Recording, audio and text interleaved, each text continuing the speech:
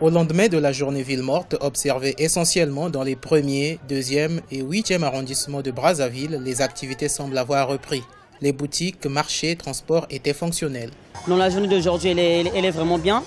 La vie a repris normalement. Chacun a son gagne-pain et on est là.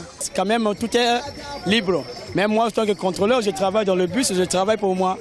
À Congo, Makele, Madjibou, on fonctionne. Aujourd'hui, nous voyons les gens sont en train de vendre dans l'ambiance et on peut dire que les choses sont en train de venir à l'ordre.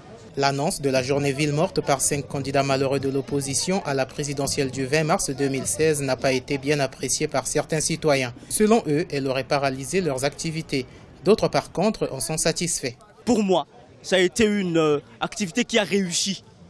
Même si on fait tourner des micros ici et là.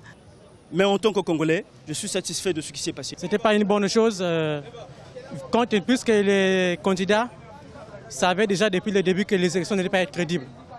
Donc c'était depuis le départ qu'il fallait régler ça. Or, la journée qui a été décrétée ville morte, ça a pénalisé certaines personnes. Moi, par exemple, je travaille.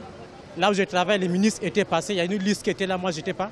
Certainement, il y aura des sanctions. Malgré l'ambiance habituelle retrouvée, les vendeuses du marché de Bifouiti nous ont confié hors caméra qu'elles étaient effrayées par la forte présence des forces de l'ordre. Certains établissements scolaires, comme celui-ci, étaient vides.